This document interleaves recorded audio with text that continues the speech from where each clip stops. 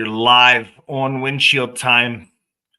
Today's guest, Scott Weyer. How you doing, Scott? I'm doing awesome, Joe. How about you, buddy? Perfect. Thanks for having me. I feel famous now. Yeah, I don't know about that. I mean, we're getting there with slowly but surely. Looks like your tan's doing better than mine, and I live in Florida, so that's a problem we have to discuss. Yeah, we had a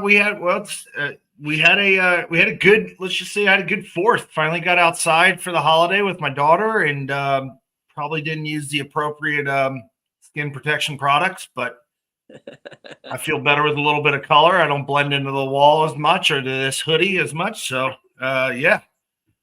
But yeah, how you doing, man? I figure I'd give it a few minutes or a few seconds anyway for people to get on. It takes a second to recognize the stream. So yeah, how are you? I'm doing awesome. I'm having a great day. Had an awesome morning in Orlando, so I'm back here in Ormond Beach now, and got a great weekend ahead. And so yeah, it's a great day, great week.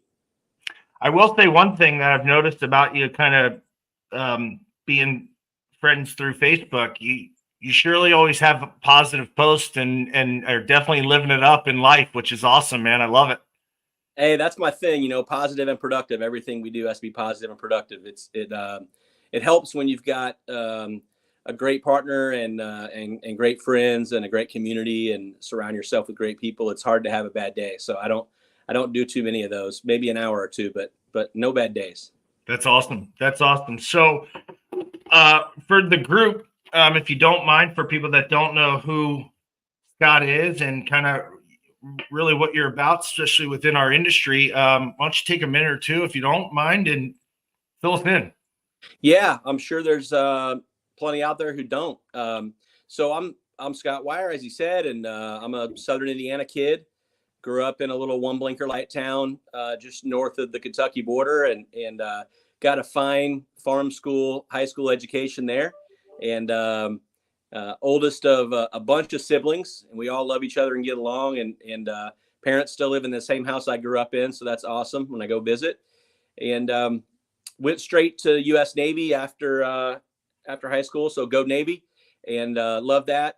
Spent 90 to 95. I was carrier duty, so flight deck duty for all my years in the Navy, and really enjoyed that. And just kind of got out of the Navy and decided that I was going to take a job that was offered to me running a manual lathe overnight in a non-air conditioned factory. And I did that for about 7 months through a buddy of mine. I was like, man, I got this awesome job. It's piecework. It's a manual lathe, punch press, making, metal pieces and shavings and liquid and all that at night in the heat. And I did that long enough to know that was not for me. And I've been in sales ever since. Yeah. And I'm 52 next week. So I've been in sales a long time. Holy smokes. I'm sitting there going to like a lathe, like sitting there like, yeah. Oh. Like a big press coming down with liquid shooting out the side and making big pieces of metal, little pieces of metal and all that. Yeah, well, that's one way to then turn your career over to sales. My brother actually still does that job, except in an air conditioned factory with a CNC machine that's computerized and with plastic.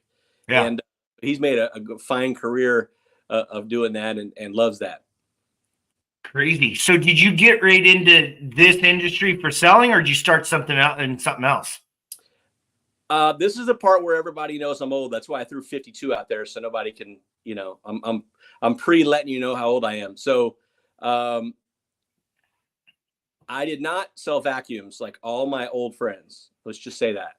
But however, I did, this is mid 90s now, fresh out of the Navy, 95. I did sell accident and cancer policies door to door in a suit and tie in winter and summer, rural Indiana, Kentucky, Ohio, knocking doors, canvassing, and all referrals from the neighbors that were writing you a $20 or $40 check or cash for their accident and cancer policy. So this was kind of like Aflac before Aflac. The old guys will know what combined insurance is. And W. Clement Stone, the success system that never fails, and owned by Aon Corporation, very different company now. Of course, this is mid 90s. But first thing that started was 2 weeks of scripting Skokie in Northbrook, Illinois, and 2 week class, every word of the script, every action, every lean in, every click of the pen, everything. And it had about a 40 to 50% washout rate. And so I was happy to be conceited and cocky and full of myself that I made it through on the first try. And so I did that job for 2.5 years, and it kind of set the tone for what I didn't know would help me for the next 20, 30 years, almost 30 now, in sales, which was door knocking and referrals and sales psychology and closing on the spot and using your personality, all the things that we all still do today, the things that haven't changed. Some of the scripting and wording and styles have changed, but the rest of it is still, to this day, is still the same. So yeah, that was my first foray into sales after the Navy. Yeah, knocking doors, selling $20 and $40 insurance policies right on the spot. It's crazy that those were sold door to door. Yes, sir. They were all the way up until probably 2000, maybe, and a lot of it switched to businesses. One of my siblings, one of my little sisters, 6 sisters, one of them still does insurance to this day, Colonial Life, and she works with businesses and helping them have insurance. You know, kind of like I kind of call it kind of like Aflac, because people know that name. It's what pays you when you're not getting paid at work. Yeah, when you're off, so to speak. And so my mom and dad still own the same insurance agency in Jasper, Indiana. They've had, I don't know, for 40 years. Semi-retired. No insurance agent ever really retires, but they're semi-retired. Yeah. So still live on the same farm I grew up on. Dude, that's awesome. That's very, but let's back up for a second. You said 6 sisters? Yeah, I'm the oldest of 9 total. I'm the oldest. Yeah. My goodness. No wonder they're only semi-retired. Yeah. They probably didn't want to ever put up with you guys anymore. They're like, oh, we're busy at work. Yeah, we've all been gone for quite a while. I mean, we're in Florida and Texas and Southern Indiana and all around. But it's my parents. They'll tell you everything you need to know about them based on the fact that we all get along and love each other and spend time together. And I think I'm up to like 28 nieces and nephews. So although I don't have any daughters, it gets expensive around birthday and Christmas time with the nieces. I think you just kind of hit on the nail on the head, man, with something that's critical. We probably all overlook sometimes or gets put by the wayside, maybe in this day and age, is that home life, which is so critical to how people end up. Yeah, for me, it was everything. People thought, or when they met me or get to know me, oh, your leadership must have come from the military, or your leadership must have come from working at large companies like Pitney Bowes or Walmart, Fortune 100, Fortune 500 companies. And it really isn't any of that. It's being raised on a small farm in Southern Indiana, being the oldest, and the school bus is going to be here at 7 and the animals got to be taken care of. And my dad traveled a lot. And so it was me and my mom a lot of the times when the kids were young, and being the oldest, you're an extra parent. Anybody that grew up the oldest on a little farm knows how that works. So, yeah. Holy cow, man, that's crazy. So then how did it end up? Quick. You got to be a leader quick, and you better know psychology, and psychology from 1-year-olds with diapers and bottles all the way up to, teenage siblings that think they know it all, like we all did when we were teenagers. Good grief. So then at some point you obviously got introduced to specifically home improvement. Yeah, absolutely. When my second son, Christian, was going to be coming along 20-ish years ago, my wife was a salary manager at Walmart, and the hours were pretty hefty. And the shortest version of the story was I had an opportunity to get into home improvement and work a different schedule than I was on before, and started my home improvement business or world in custom window treatments. So plantation shutters and draperies and blinds and all window treatments. And for those that haven't done that, it's a cool thing.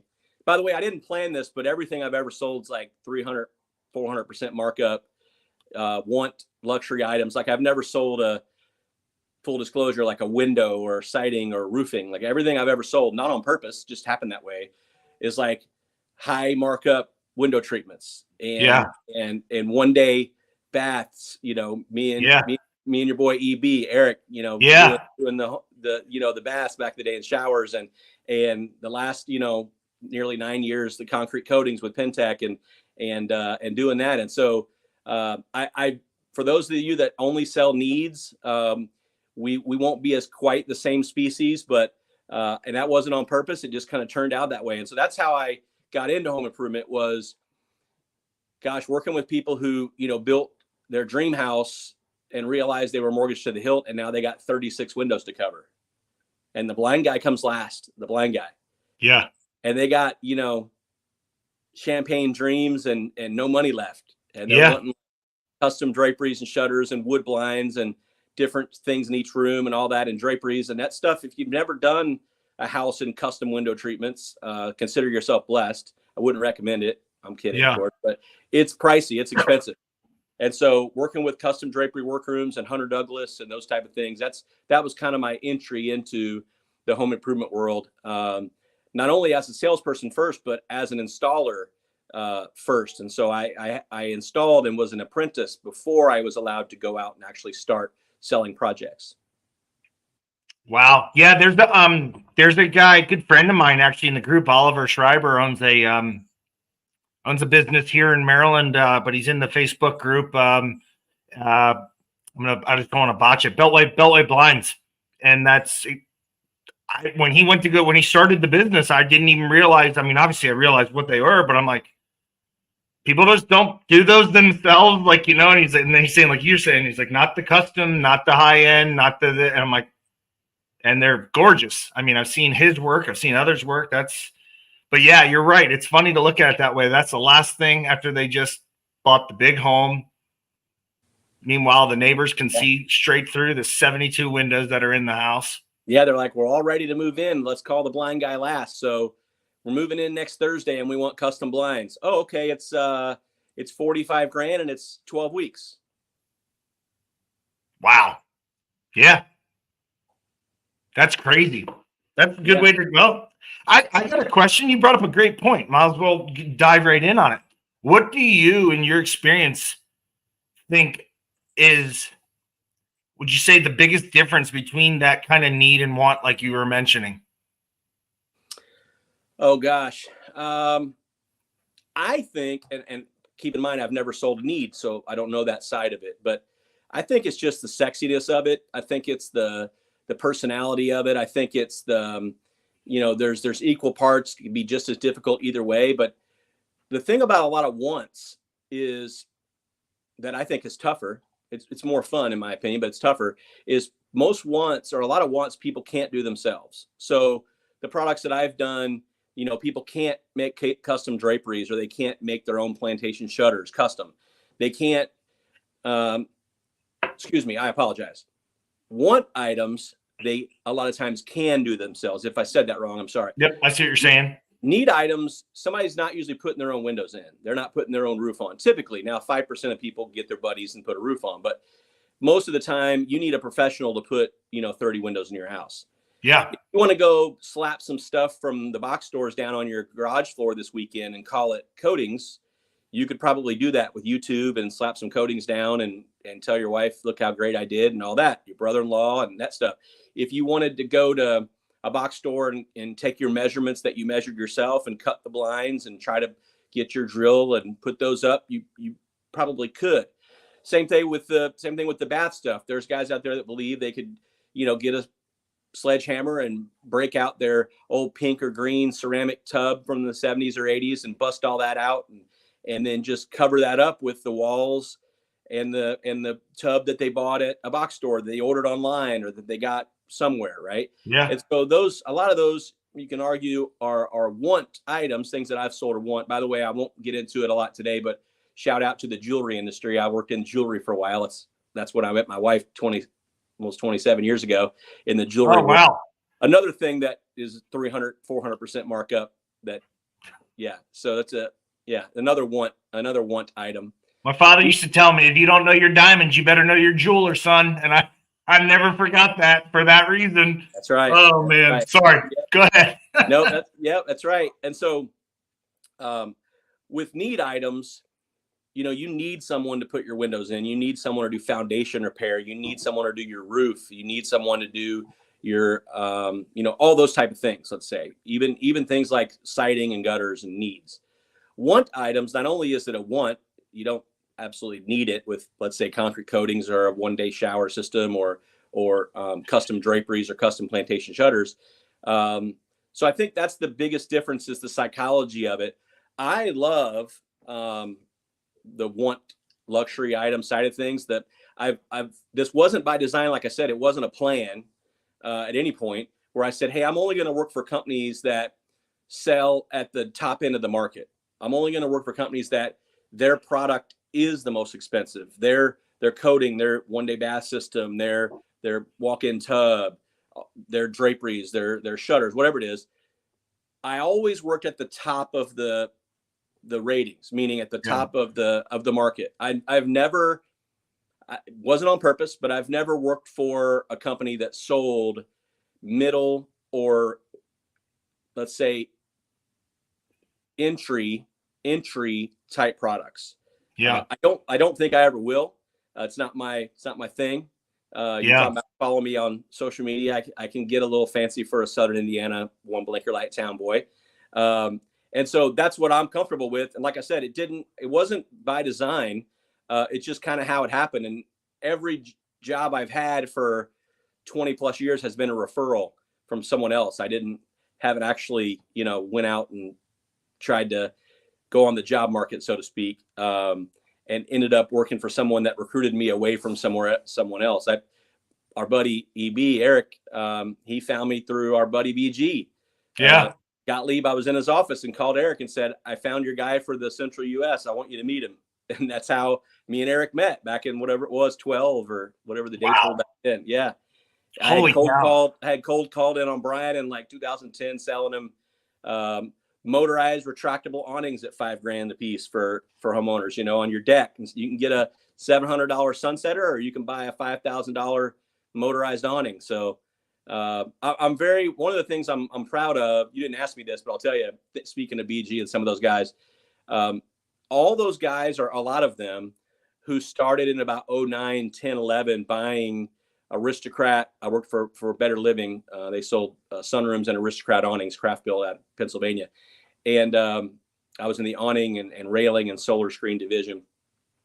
And a lot of those guys back then that I cold called, door knock, sold awnings to and got into the awning business, I was able to then get them into our bath wraps, Lanners Direct business before Jacuzzi. And then 9 years ago, when I started with Pentec, now they're all doing concrete coatings. And so that's one of my, patting myself on the back, is I've got a lot of good acquaintances that you and I have, that when I get into something, next thing you know, they're like, what is this? Call me about it. And relationships. One of my buddies, Alan Erskine, he's pretty well retired now over in Kansas City. And his GM asked him one time, like, what is this? What are we doing? Why are we doing this with this guy? And Alan said, I'm not really sure what it is fully, but if Scott's involved, money in it, I'll look at it. And I was like, wow, I'll take that as a compliment.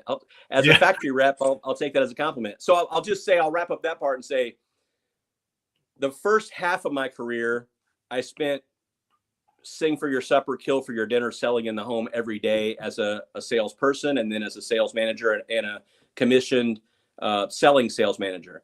And then the last half of my career, I've spent on the factory side of things and working for manufacturers and working with dealers. However, still to this day, I consider myself very, very lucky and very blessed that I get to be with in-home salespeople on a regular basis, weekly, that are out every day trying to close deals, and get to work with sales managers and those who are managing them and interviewing and hiring them.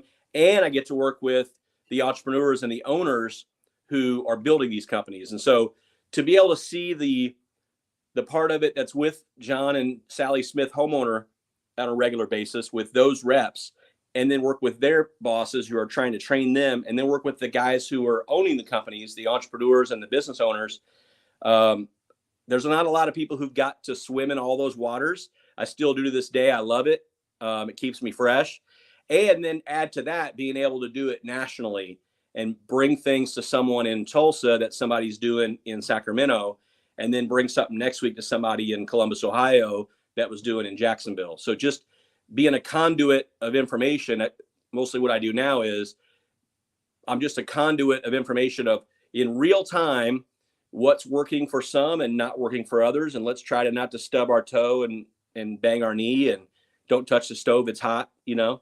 Yeah. And share that information with a lot of different size companies from new to mid to old. So that's not part of your question, but I was flowing in there, so I'll just throw it to you. Yeah, no, I think that's the first off, the need and one thing. I've never really thought of it that way in terms of wants, like you're saying, is there's a lot of them out there that really can't be done as a DIY, DIY, I guess. DIY that you see. I've never looked at it in that dynamic, but it makes complete sense, right? I don't know too many people that are going to replace their siding on their home or their roof or their, but and I still don't know too many people that should do the other things, but they're going to at least try. And then they're going to, say, oh, it's perfect, until they get somebody professionally to do it. And they go, wow, yeah, that's why you pay for it. It's not so much for the actual, it's for what they know more than what they do. But yeah, that's an interesting way. And you got permits and all that kind of stuff too, and code and all those things. And so with a lot of the luxury items, whether it's gutter protection or sunrooms or awnings or, concrete coatings, a lot of those, there's not, code, and there's not permits, and there's not needing a professional that can do that. You just, hey, I can get on YouTube and do this myself. Yeah. It's about, that's a great point. I've always looked at, I think what you mentioned about wants too, is usually it's a little bit more, for lack of a better term. I think you said it too. I like it. They tend to be a little sexier than, sometimes roofing doesn't really get people pumped up to go run off and tell everybody about it, or just in general to be excited about the finished product. But some of these wants, they definitely are. Yeah. I would probably be better to sell yachts or speedboats than I would be to sell canoes. Like, just guessing, just knowing my personality. Yeah. No, that's it's a good point. I heard somebody one time tell me, though, you get, no matter whether it's a need or a want, you got to get them to want it, because very rarely do people object to something they want. Absolutely. You know what I mean? So that's in a different context, but the same concept, and how critical, it is. Needs are nice, but gosh, even the most logical needs that people have, they don't address. Hence why we still have, unfortunately, there's so many, addicts in this world that don't get the help they know they need. And, another context, but you get my point, I assume. So that's crazy. Yeah, so now Livewire, it's Livewire training. And I like your explanation there, the conduit of information, but what's your day-to-day like? Are you working with mostly sales, or all kind of all facets? Really, it's all facets. Let's just say everything is sales, right? From the time you're trying to get a cookie when you're 6 years old, to when you want to ask your wife to marry you, to trying to get your kids to read a book and go to bed at night. Like, everything, for those people that say, like, I'm not in sales, or I don't like sales, or I'm not a fan of salespeople, I don't care who you are, you're in sales. Sales, for me, just to button up the want luxury item versus the need, it all boils down to, I boil everything down to its kind of simplest form. So for me, it's sales is only the transfer of knowledge and enthusiasm from one person to another. And so, is that in 1 hour, or is it a 3 hour, presentation? Most of the stuff I've done somewhat an hour. You get 45 minutes to 90 minutes, so about an hour. The transfer of knowledge and enthusiasm from one person to another, and those won't work without each other. So some of the smartest people I've been around don't have the enthusiasm to get the customer excited. And some of the most excitable, pumped up, caffeinated people I've ever met haven't done their homework to get the knowledge in their head, so it flows freely, and it makes them sound like an expert. And so I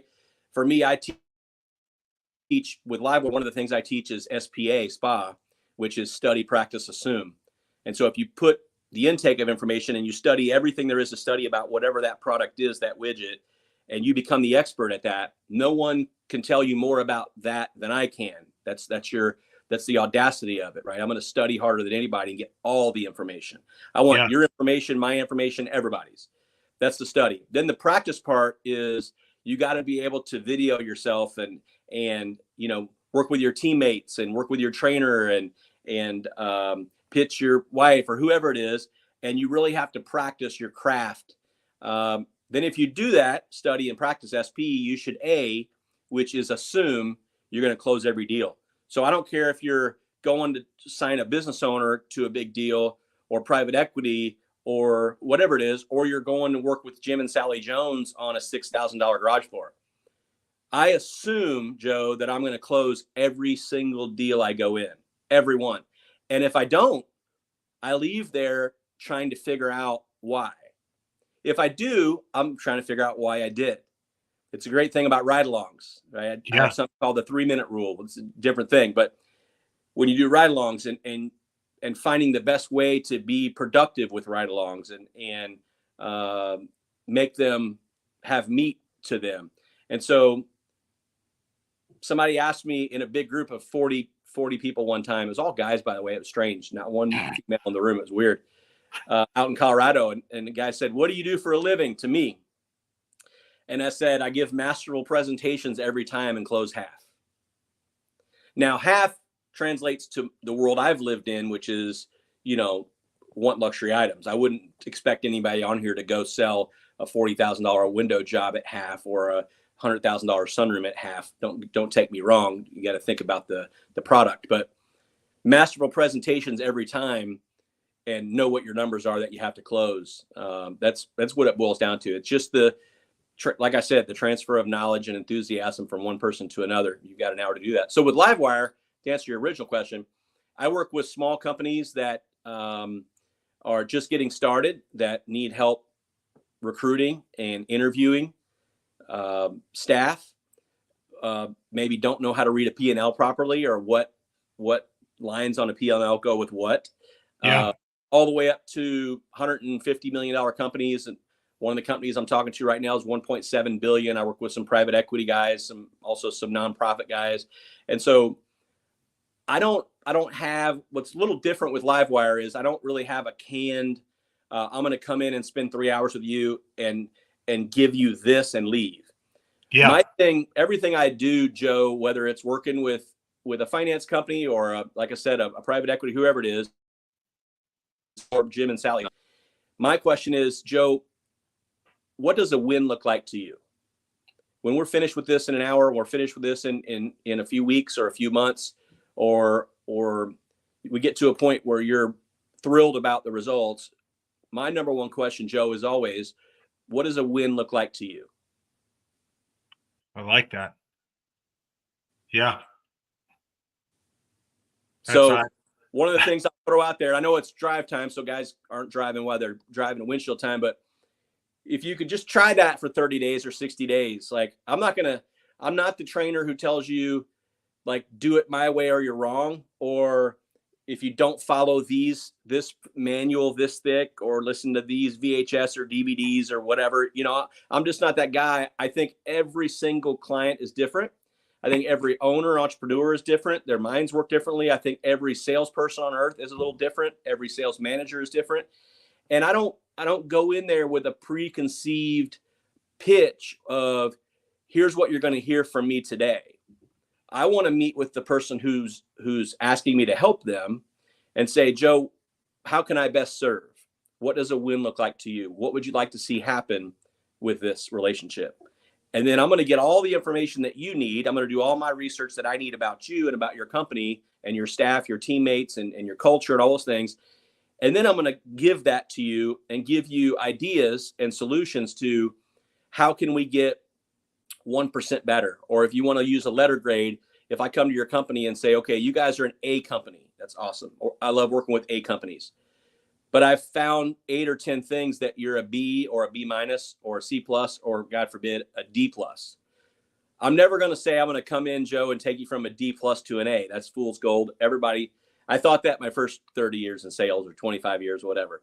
Like I can make these people 30% better than they are. I can make this salesperson 15% higher close rate. It's just, it's silly. My company motto is 1% impact, because my goal, Joe, is to have a 1% positive impact on everybody I come in contact with every day. It's a state of mind. So it doesn't matter if it's walking out of the hotel room in the morning and you see the maid, or if it's the person checking you in at night, or if you're getting your rental car, you're on a shuttle bus, or if you're at a restaurant with a waitress or a waiter, if it's your spouse or your friends or kids or a client, a salesperson, a homeowner. If you can honestly say, and you can't succeed all the time, but if you say, I'm going to live every day looking at how can I make a 1% positive impact on everybody I come in contact with every day. If you're lucky enough like me that you get to be in contact with tens and hundreds or thousands of people, and somebody says to them someday when I'm gone, whenever that is, hey, how was your interaction with Scott Weyer about him? Like, do you feel like he had an impact on you? It doesn't matter to me, Joe, if they say, oh man, he had a huge impact on me, and when I met him, I was doing this, and now I'm a millionaire, and it's because of him. Never. But if you say, let me tell you, he had a positive impact on me, and here's how, that's all I really want. You get to be, you get to be my age, at least for me, not speaking for all guys my age, but you start looking a little bit at what is reality. And so when I go in and work with a company with Livewire, back to your original question, I talk to the owner or the manager or whoever brought me in and say, okay, is it culture? Is it profit?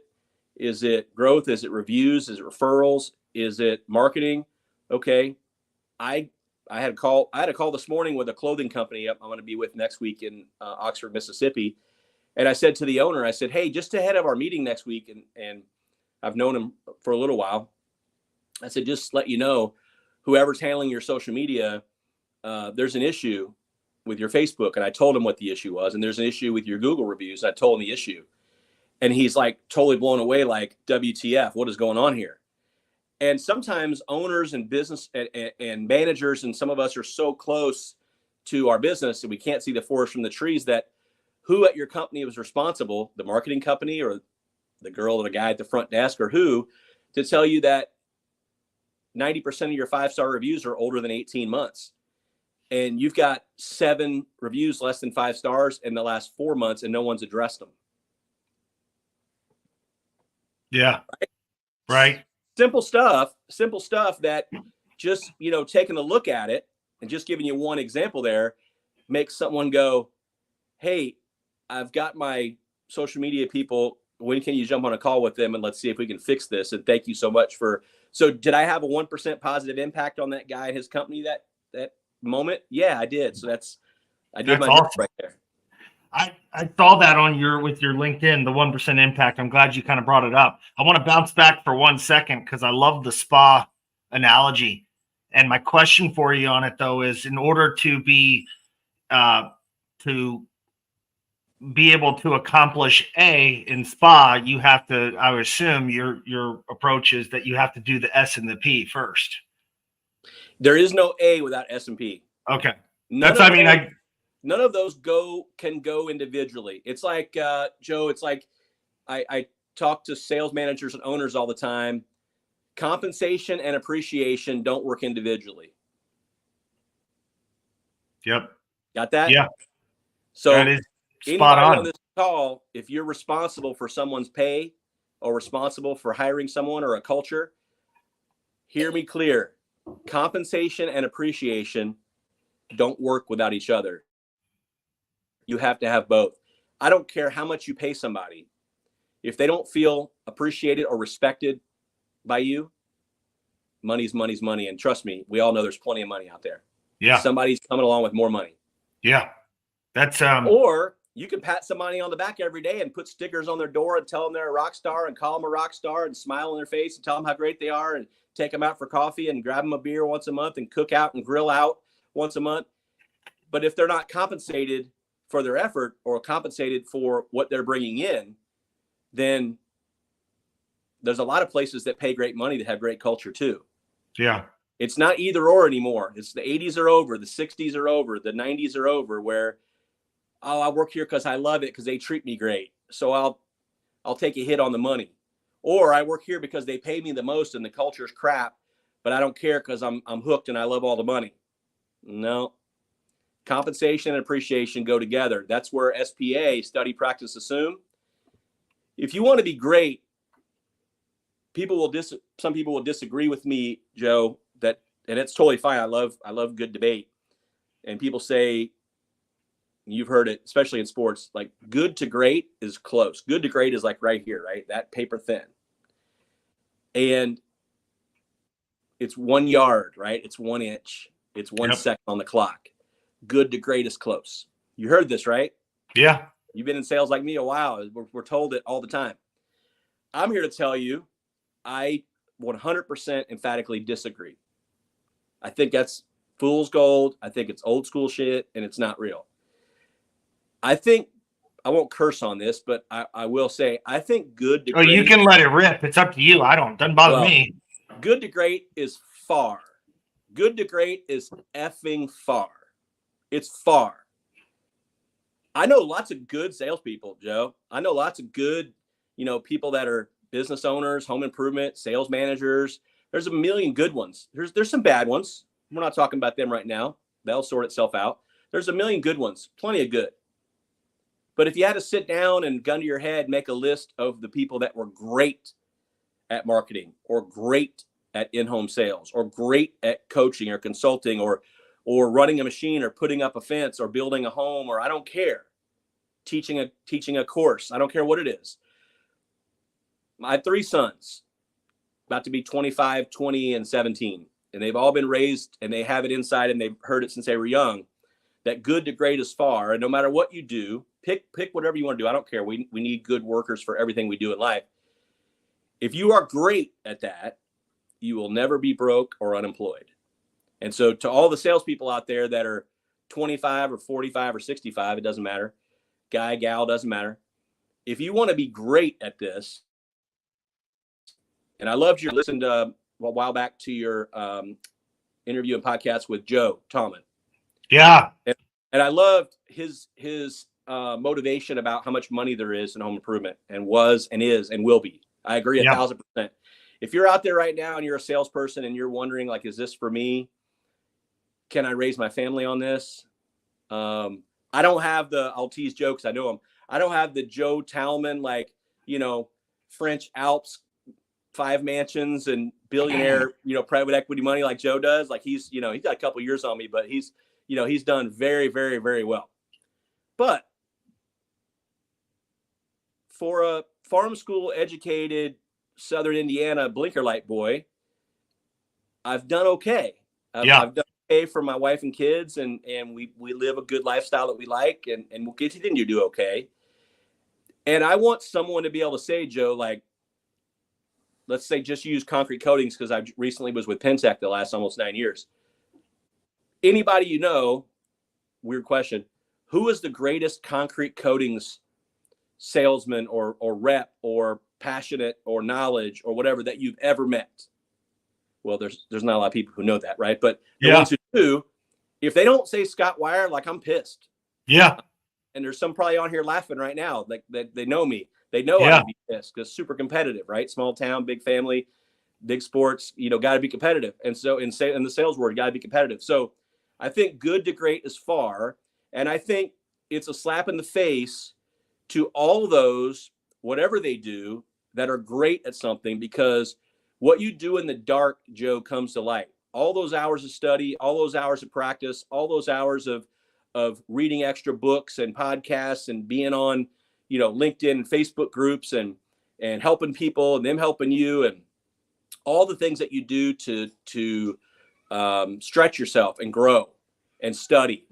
Back to Joe the other day, one of the things that Joe was like, what do salespeople study? Most of them don't, right? And so, podcasts and books and all these things. And I personally believe, to stick up for the younger generation, we'll call it younger than me, they study more and have more access to information now than ever in the history of home improvement, in my opinion.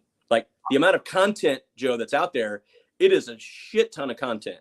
Now, you got to know beware of false idols and don't get too deep down the worm trail, and let's not all be hookers and Lambos and all that. This, yeah, the 80s yeah. home improvement. It's not all Wolf of Wall Street. Let's calm down on that. Yeah. Don't take me wrong, but I'll give you 4 things to go along with that, and then I'll be quiet and let you ask another question. So the goal is this. The goal is this. Here's are the 4 things that I raised my sons with, besides, good to great as far. How, for us and our partners, our teammates, how can we make a good living doing something that's clean, that we can be passionate about, that we can work alongside people we respect? So if you can make a good living doing something clean that you can be passionate about alongside people you respect, stay in that job, stay in that industry. And if you can't do all 4 of those, Joe, any salespeople out there right now that are like, I got 2 of those, or I got 3 of those, you need to start making a plan to change your surroundings. Because if you can't make a good, clean living doing something you're passionate about alongside people you respect, something's wrong. Life's too short. We get one trip around this, and that's it. So keep your name strong, know what your name means to you, and make sure that you can make a good, clean living doing something you're passionate about with people you respect. Without those 4, we're in trouble. Man, I like that a lot. I've never heard it said that way. I want to let's unpack everything right before that too. That difference between good and great. I mean, the way where you went with it, yeah, it's hard I don't think you can debate that, right? And that's what I was wondering once you started. I'm like, because naturally all you see is the result, not what happens, like you said, when the lights are off and no one's watching. And that's I'm a big fan of a small book called Pound the Stone by Joshua Metcalf, which is basically all about that. And you see it a lot with salespeople, right? People think like, oh, top rep is in the home and he levitates above the table and he looks like, Jesus himself, and he must have all these golden lines, and and I'm like, no, actually he doesn't, or she doesn't, right? Because if you're riding with them, you see it and you're like, man, actually the demo's not even that great. Like, I've seen better demos, or I've seen better this, but he or she just is, to me, I think the difference, I'll say this to add to it, it's like you're saying, it's far, but the big one that gets overlooked, it's consistency. Yeah. I mean, it doesn't matter. Yeah. You can't do it for a week. Yeah. Great doesn't happen in a week. Yeah. I think that no matter if you're into sports or culinary arts or whatever, you can go to about any town, a small town like I live in, Ormond Beach, or you can go to a town like you live in, or a mid-sized town, Chattanooga, whatever, and say, ask around and find out who's the best chef in town. You'll find out who the best chef is in town, and they're great. When you look at, I think, people use athlete, a little bit of a strange word, right? So we got the Olympics coming up, and these people, the amount of time that they've put in, you take people, I don't care what generation you're from. If you're a Jordan guy, a LeBron guy, a Larry Bird, Magic guy, who you are, doesn't matter. Kobe, love them all. Good to great as far. There's a reason why there's only a few of those names mentioned. Like, there's a reason why people have Mount Rushmore talks, right? Of who are the top 4 running backs, or who are the top 4 gymnasts. Doesn't matter, golfers, right? Be Tiger or Arnold, who doesn't matter who, Jack Nicklaus. There's a reason why those names are included, because good to great is far. And it's sustained, right? Anybody in sales, especially our business, you get lucky, right? Something, I don't know, whatever, all the things. You're a top rep for a week, a day, a month, maybe. But show me the guy or gal that does it month in and month out while dealing with all the everyday life that throws at you, right? I have a sign in my office. I'm not in my office right now. I'm having some work done to it. I'm in the man cave, but I have a sign in the office, and I'm pretty OCD. So like,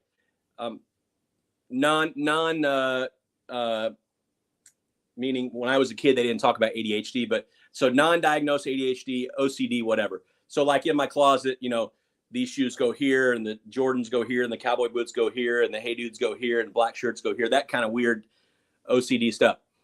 So I've got all the pictures that I've hung in my house and they're all straight and all that kind of stuff. And in my office, Joe, I have a sign, not a fancy sign, and it's hung just a little crooked, just askew a little bit. And it says, the harder I work, the luckier I get. And I've had that for about 20 years. And the reason I have it, I saw it like TJ Maxx or somewhere one time, it was $10. And I hang it in my office crooked on purpose. Because the only thing in there, or anything in my house hanging crooked, let's say. And the reason I have that is because once upon a time, my wife and I are 26 years, sweetheart, Neela, my bombshell. And some people in her family didn't know what salespeople did, or they didn't understand salespeople. She's Southern Iowa girl. I'm Southern Indiana boy. So she grew up similar to I grew up. And as she started dating and then married and started having a family with this guy, me, it would come out like, how does Scott like get these jobs? Like he falls like ass backwards into money. Like whatever he steps in turns to gold. Like he's so lucky. And, aunts and uncles, siblings, parents, whoever on her side of the family. And I love them all. They're awesome. Everything was luck, right? Scott and Neela, they got lucky. They bought this car, this house, put their kids in this school. It's luck. And so like 20 years ago when I was young and things offended me, they don't offend me much anymore. Although they're still hanging crooked, is the sign that says, the harder I work, the luckier I get. And so there is no substitution for busting your ass. I tell my son's friends all the time, because I tease them, because a lot of them are what I call minimalists, and they like cool shit, but they like 30 hours too, or 25 hours. Yeah. And so I tease them all, and I'm like, success begins at 70 hours. Yeah. So a lot of their friends are now 18, 20, 25 that have known me since they were like 8, 10, 12. And they'd be like, Mr. Scott or Mr. Weyer, hey, how you doing? Success begins at 70 hours. Now, of course, as you get older, if you, as most people say, work smarter, not harder. But man, I don't care if you're in sales of any kind, like you got to be on your hustle game. You got to be, what are you willing to do that other people in your role aren't willing to do? And that will rise up and you will get recognized for it. Man, God, this is good. So one thing I'm going to challenge your, the OCD thing. So we had our home that we live in here remodeled a few years ago. And I had a good friend who I grew up in this business with, who now has, at the time, still does, but at that time, he started his own business. And I said, hey, man, I'd really love you to do this remodel, or at least give you the shot. And he's like, yeah, of course. So anyway, fast forward, beautiful job. Unbelievable. So they're doing the punch list. He's walking around with my wife, the second or last day of some things, whatever. And he's like, they're like, where's Joe? And I'm literally nuts. I had a flathead screwdriver and I'm turning all the screws on every outlet straight up. And he looks at me and he's known me since he's like, are you serious right now? And I was like, yeah, that's right. He's like, what is wrong with you? I'm like, little OCD. Anyway. Yes. But I do here's why, one of the reasons I think, like, when you talk about like the work ethic and getting after it and hustle a little bit in that sense, is because the people that you're hustling to maybe say like do work with or whatever, I know that they're not, most of the time, even if you're like, people are just so immediate gratification that they don't want to wait. And I wish, you could say, yeah, they'll wait for me, right? And maybe some will, right? Especially like, someone with your reputation, they will. But like, people are so like, oh, I want it tomorrow. Plus, I want to strike as the salesperson. Hence why it'll be probably on our tombstones, like one call closed till I die, because I know that if I don't strike while the iron's hot, I know me personally, if you don't strike me while the iron's hot, I'm chasing 17 other squirrels, right? So yep. Like there's a lot you've said a lot here that is that's one of the reasons why I asked you a week or so ago, sorry, 2 weeks now, that I was like, hey man, we gotta get you on and talking about this. And yeah, I plus, love it. I've been watching it. I've been watching it a lot. One of the questions I asked, speaking of, one call close, I'll get into a group of 2 or 6 or 20 and say, no wrong answer. Like, just throw your hand up when I ask you. And this could be for your group too, your page here. You'll get all kinds of answers. And I always ask this question. No wrong answer. They're getting 3 quotes. You want to be first in, you got to fully educate them. They don't know what they're talking about. You want to be last in, last to close, last one they're tired, they're wore down, they want to buy from you, they just want to get it over with. Or you want to be right in the middle because your price point's in the middle and they already saw a guy that's higher than you, lower than you in your community, and there's a guy coming after you. Most salespeople, Joe, that I meet will give me last or first. Not too many say middle. A few. 15% say middle. The other 85% will tell me first or last. And then I'm like, okay, tell me why. And then they'll tell me why. If it's last, oh man, I'm the last one in. I got the best product. They've already had 3 quotes. They've been price conditioned. Like, all these reasons of why someone made them believe, or they were taught, or they really believe that being last is great. No wrong answer. So I'll just ask you, Joe, what's your answer? First. And why is that? My mindset is because if I get in there first, no one's coming in behind me. That's a great mindset to have. And depending on what product you sell, that could mean that a 28% close rate's amazing, or it could mean a 44% close rate's amazing, or a 55% close rate's amazing, right? Concrete coatings close differently than, $40,000 worth of windows or a $150,000 sunroom. Those all close different. $100,000 roof, they close differently. So, a lot of different things. I agree with you 1,000%. It's always first. And for me, it's first because I follow the Mr. T school of selling. You know what Mr. T school of selling is, Joe? I don't, but I'm excited to hear about it, honestly. You got the beard. You just need the gold chains. Yeah. And Mr. T, for the people that are old enough on the podcast to hear it, he said, "I pity the fool." Remember that? I pity the fool. Yeah. Right? Just like that. So here's my thing, Joe. Anyway, he ended with sucker. Yeah. Sorry. Go ahead. So my thing is, I pity the fool that has to follow me in the home with my company story, with my reviews, with my enthusiasm, with my knowledge, with my ability to connect with them, with my ability to be an expert, with my ability to have what I call, Joe, conversations, not presentations. Some people are going to lose their shit and shut this off right now. That's okay. We got to have presentations. Don't get me wrong, but the more years have gone by, the more, in my opinion, with homeowners, it's about conversations and not presentations. And you better be able to ask the right questions and engage, and you better have the right psychology, and you better be able to find out, Joe, what does a win look like to you? Right? Love it. And so there's nobody in my town, no matter what I'm selling, I don't care. There's nobody in my town or within reach of that homeowner if they're shopping within an hour or 90 minutes for that product. There's nobody in my town that's going to connect with them the way I do, that's going to talk about my teammates and our culture and what promise makers, promise keepers mean at my company, that's going to talk about reviews, that's going to talk about the quality of our product, it's going to talk about our insurance, our warranty, all those things that I'm going to hit because I know step 4, step 7, step 9. I know where I'm at. They don't know I'm on step 6 or step 11 or whatever it is.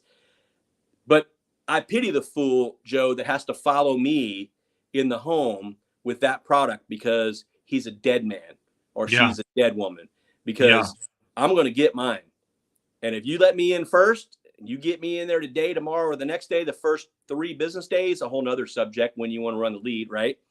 Then you're a dead man, because whatever that product is, that widget is that I'm selling, better be that there's not another person within reach of that homeowner that's better at it than I am. Yeah. Period. That's, and the way you're explaining it, that's how my mentor who's in the group talked about him the other day on a post. Vin Guerrier taught me and taught many. You cut out for a second. Who was that? A gentleman named Vin Guerrier. He was in the Okay. he's in the group. He was the one who brought me into this industry back in 2007, and he was the first kind of one who trained me, taught me, and then ultimately was our sales leader for so long. And but he was, ton of enthusiasm, and he would always just say, because if I get in the home first, you ain't getting in behind me. Yeah, you could forget it. I pity the fool. Yeah, and that's and that reminds me of him. So it's just, even if it's just the mindset, right? Yeah, you're not going to beat them all, but yeah. Think about that poor sucker who's got to come in after your 60-minute, 90-minute, 2-hour, whatever your presentation is. The sucker that has to follow you, oh man, that's trouble. Yeah. It's I don't care, because I've sold at the highest price point, so I know they're going to be less than me ahead of time. Yeah, I was talking with your good buddy the other day, Matt Nyberg, who's in the group too, and he's like, I can tell you one thing: if they ain't buying from me, they ain't buying from someone else. Like I'm gonna, basically, which is important too. It wasn't a bad thing. It's like, I'm going to give them enough to look out for, to where no one else is going to check all those boxes. I mean, again, you can't stop somebody. You're still going to have people that don't find value in maybe what you're presenting, but to wait and try to hope to time it because of that. I mean, no, it's got to be, so much that's being taught is still, unfortunately, to this day, even for the last 25 years, is still reactive. And in my opinion, everything today has to be proactive. So, for example, you better know who your top 2 competitors are in your market, and you better FBI research know everything about them. Now, I'm never going to say their name, of course. I'm never going to do that in the home, but I'm going to know every single thing about them, not only for my own peace of mind, but for the knowledge, the study. But I'm going to be proactive with everything I do based on who my competition is. So, is it very important to know who my top 2 competitors are? Somebody taking money out of my pocket, bread off my table? Yes, but here's what I'll tell you. What I train. Your number 1 competitor is you yesterday. Your number 1 competitor is you last week, and you last quarter, and you last year. That's your number 1 competitor. How can we get you 1% or 2% or 4% better at your company story, at talking about reviews, at explaining the product, at your entrance, about eye contact, about the psychology of selling? How can we get you 1 or 2 or 3 or 4% better? So next week, when you run 10 appointments and you sell, let's say 4, like, all right, I sold 4. I believe in my mind, 3 people aren't going to do anything. Okay. So that's 4. That's 3 aren't going to do anything. 7. So there's 3 left. One's going to go to a box store, a DIY. Okay, that leaves me 2. That means that my competitors got the other 2. Well, who got it? 1 competitor got them both, or did 2 competitors get them? My goal is next week, Joe, how can I take one job out of 10 away from them? How can I get this much better to make sure that next week or next month or next quarter, I can go out and honestly tell myself, because you'll never know, tell myself I took 1 job from my top competitor this week. And more importantly, you got to have that mindset. But the biggest mindset is my number 1 competitor is me yesterday, last week, and last quarter and last year. How am I going to invest in myself or take advantage of the training that my company is offering, my manufacturer is offering, excuse me. Some manufacturers offer amazing training. Some offer none. Livewire training. Yeah. Some companies offer amazing training. Some companies are great companies that offer no training. Livewire training. So if you don't have that accessible to you by your own company or by your manufacturer, there's so much content out there available for you right now to get good at what you're doing. There is now no excuse, really never has been, but anytime than ever, there's no excuse for you not to be the expert and not be the best at what you do. And if I can sit and say, who are the 5 people better than you within 90 minutes that do what you do, and you can tell me who they are, shame on you, and let's make a plan to change that. I love it. There's a couple things you brought up a great point too. Is so I said, like I said earlier, I started in '07, which wasn't, doesn't seem like it's that long ago, but I remember there was nothing, man. Our training manual was a printout of the slides. We originally sold a gutter shutter product, and that was where it was their sales methodology, right? Like there was nothing. I mean, you could train it in less than a week. It wasn't these big books and all this stuff. So that was one thing. Like you couldn't. I don't know when the internet became popular, but we were on Nextels and Blackberries, so we weren't surfing the web. Blackberries, yeah, rocking right? The Blackberries. Like you'd have to really go looking for some stuff. So anyway, that's one thing that's changed. I think you're right. There is zero excuse. I mean, you can chat GPT it right now and find out how to sell them a home. Secondly, though, when it comes to competition, the other side of that coin a little bit, which I know I'm not saying you were disregarding it, is sometimes we get so caught up in those top 2 to 5 competitors that we forget that big one, status quo. Yeah. And what I mean by that is you can drive around town and look at all the homes you've ever pitched, and if it was like an exterior product and you literally would be able to see, oh crap, they never did it. Wonder why. Half the people out there are going to go, yeah, they were cheap. I knew they would never do anything or whatever, right? But the other half, the reps that are always constantly improving and that care about our industry and care about this business, are asking themselves, crap, man, why did no one help them? They really do have a need. Those shitty windows, that crappy siding, that roof that's not protecting their biggest investment still looks the way I saw it a year ago. And they didn't pull the trigger. Maybe it is like you said, or like you were mentioning earlier. I'm going to tell myself, I failed. Our industry failed them. Somebody failed to help them. It wasn't because of money. Maybe it is, but it wasn't. There's enough affordable plans out there to find a way to get something done. And I think you see that again. We don't go back to see those customers, but you see it. That's the bigger competitor. But take it even a step further. The you versus you is spot on. You got to day in and day out. Yeah, you've got to find a way to sharpen. A lot of what I believe in and a lot of what I teach is about sharpening. It's about the hatchet, the scalpel, and the axe.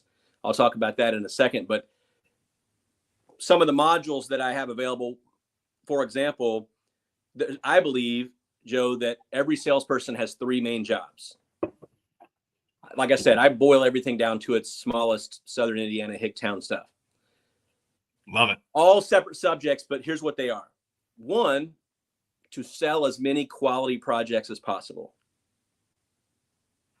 2, to help my top 2 competitors do something else as quick as possible. Separate subject, whole nother deal. And 3, and here's the best one, Joe.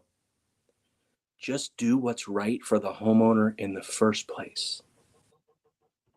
And if you know that you're the expert and that you're honest and ethical and that you have a great product and your company has great technicians and installers and you have great office staff and you have great production managers and ownership and reviews and warranties and insurance, and you know all this, and you should, that's why you're working there, that's why you chose to work there, then just do what's right for the homeowner in the first place, because what's their alternative? Their alternative is doing it with someone who's not all the things that you are, you and your team, or not doing it at all, which isn't right either, especially on a need. So you driving around seeing something that someone didn't do and you remember that, 100% yes. But we all have to be proactive and remember that the third job that we all have as salespeople is the most important. Just do what's right for the homeowner in the first place, and you'll sleep well at night. It's clean. It's a clean living. That's a number 2, like you said, of the 4, clean. Sometimes I have to remind myself as a salesperson, man, did I just make $2,000 in 2 hours? Was that legal? Especially the way I grew up, unfortunately. Was that legal? Did I just do everything? Was everything? Gosh, that side of it is a whole nother discussion. But like you said, if you can't make a living in this industry, or you're concerned, like you mentioned, about being able to make too great living in this business, I'm here to tell you, you're here to tell you, I'm sure, and others are, like, it's the best. I think on the clean part, just to touch on it for a second, I think we're about 90% through the clean part. What I mean is, when I started in this industry, late 90s, and when you were in it, all the way through, people, in my opinion, sales managers, salespeople, owners, whatever, that it would be marginal to call them clean. I feel the newer we get, maybe it's technology, maybe it's people, maybe it's how we're raising our kids, maybe it's whatever, maybe it's the quality of salespeople or owners or conscience or whatever it is.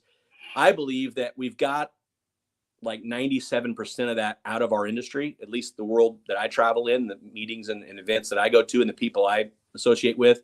Now, are there still some out there?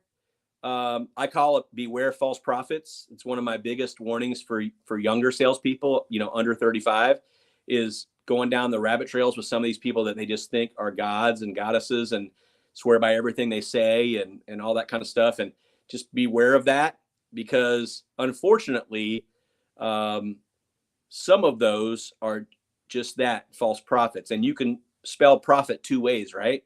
Yep. And if you ever get a chance to look at the books, like I've had a chance to look at some of the books, boy, you could spell prophet a couple different ways. And yeah, the cool thing is, for the younger people in the group, we'll never be all the way through, but man, it's getting less and less, because reputation is a big thing. Your name is all you own in this life. I don't care if you're 30 or 50 or 70, your name is all you own. And so you can make a lot of money. You can buy a lot of Lambos, whatever you like. You could buy a lot of whatever it is. A lot of Rolexes, a lot of Jordans, whatever you like, whatever your taste and flavor is.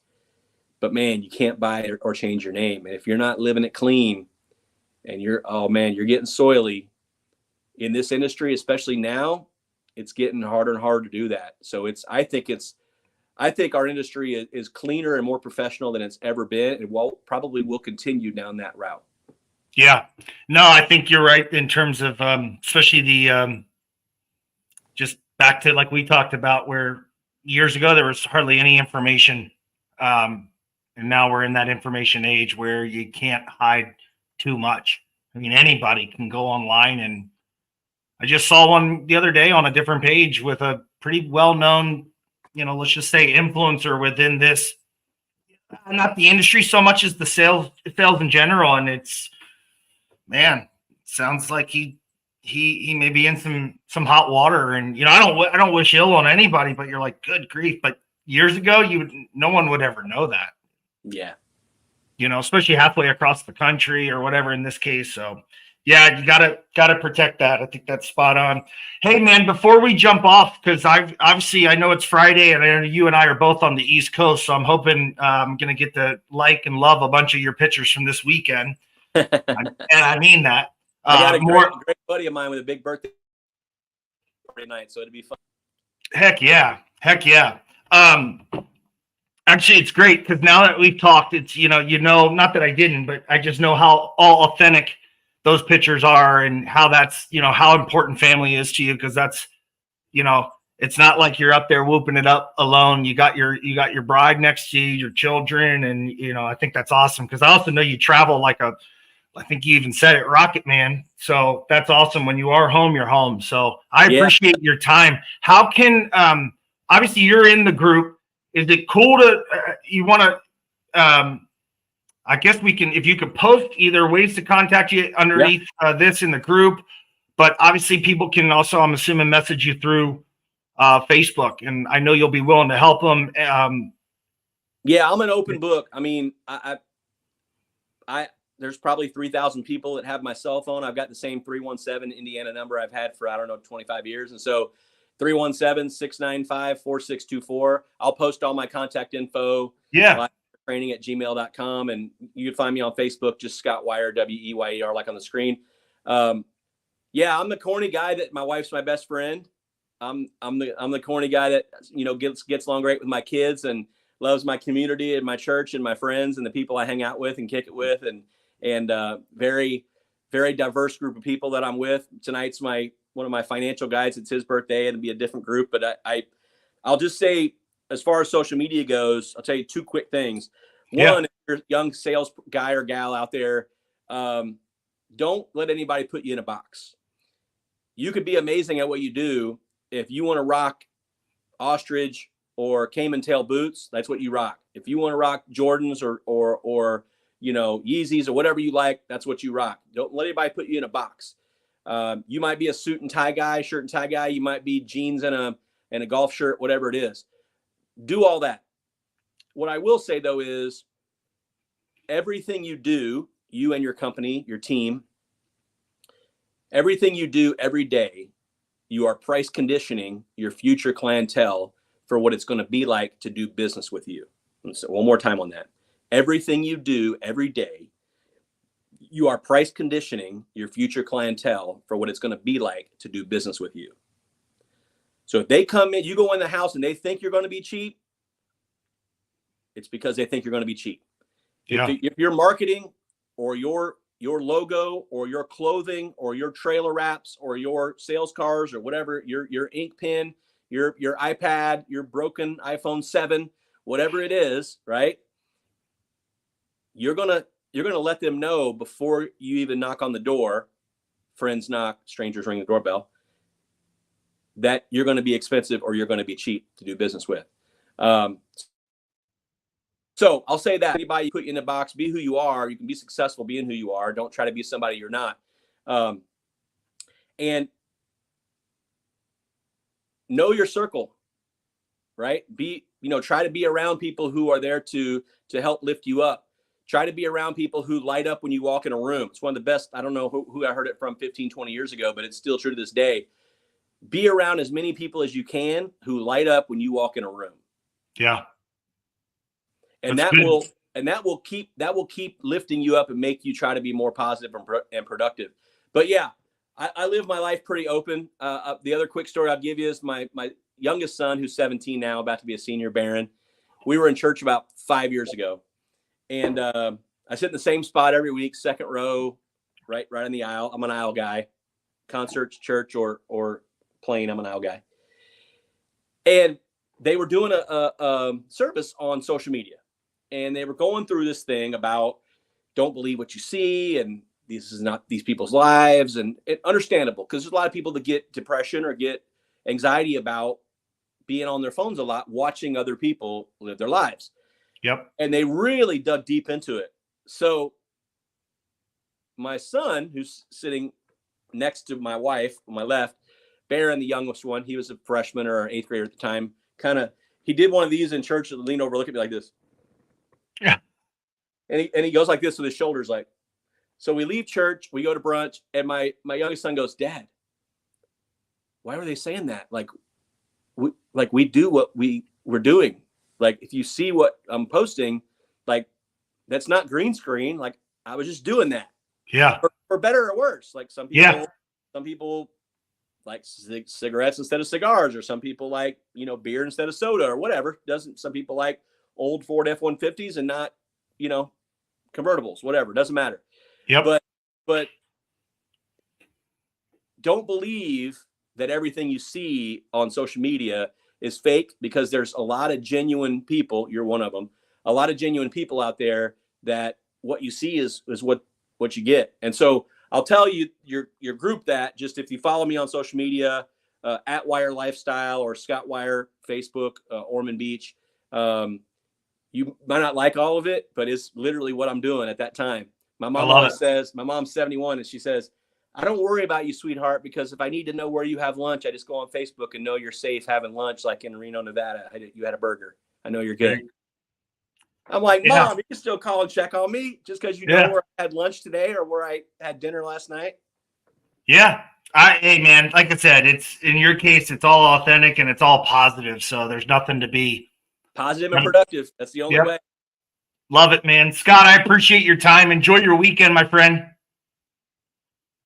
Thank you, brother. Appreciate you having me on. You bet. Talk soon. Yes, sir. Yes, we